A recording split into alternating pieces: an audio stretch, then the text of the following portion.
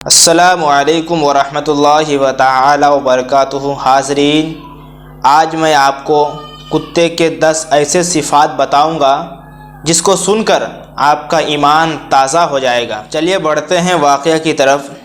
حضرت حسن بصری رحمۃ اللہ علیہ فرماتے ہیں کہ کتے کے اندر 10 صفات ایسے ہیں کہ ان میں سے ایک صفت بھی انسان میں ظاہر ہو جائے تو وہ بزرگی تک پہنچ جاتا ہے۔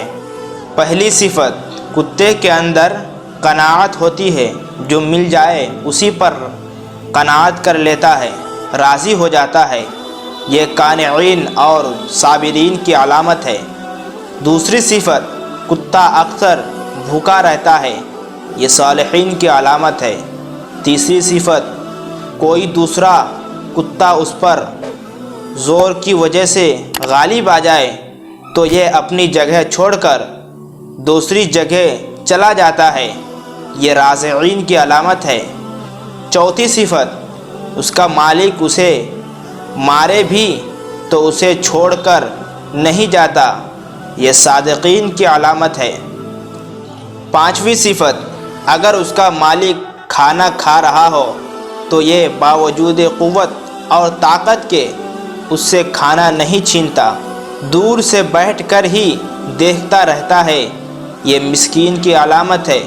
چھٹی صفت، جب مالک اپنے گھر میں ہو تو یہ دور جوتے کے پاس بیٹھ جاتا ہے، ادنیٰ جگہ پر راضی ہو جاتا ہے، یہ متوفقین کی علامت ہے۔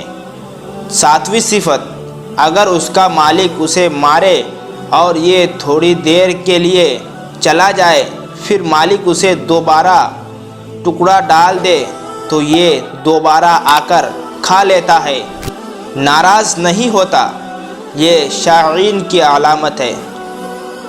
آٹھویں صفت، دنیا میں رہنے کے لیے اس کا اپنا کوئی گھر نہیں ہوتا، یہ متوکلین کی علامت ہے۔ نویں صفت، رات کو یہ بہت کم سوتا ہے، یہ محببین کی علامت ہے۔ 10ویں صفت، جب یہ مرتا ہے تو اس کی کوئی میراث نہیں ہوتی، یہ زاہدین کی علامت ہے۔ اگر واقعہ اچھا لگا تو اس ویڈیو کو لائک کیجیے اور ویڈیو کو زیادہ سے زیادہ شیئر کیجیے، اور اگر آپ ہمارے چینل آداب اسلام میں نئے ہیں تو ہمارے چینل آداب اسلام کو سبسکرائب کر لیجیے تاکہ ہمارے ہر ویڈیو آپ تک پہنچے۔ خدا حافظ۔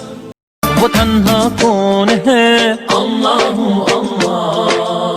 بادشاہ وہ کون ہے؟ اللہ۔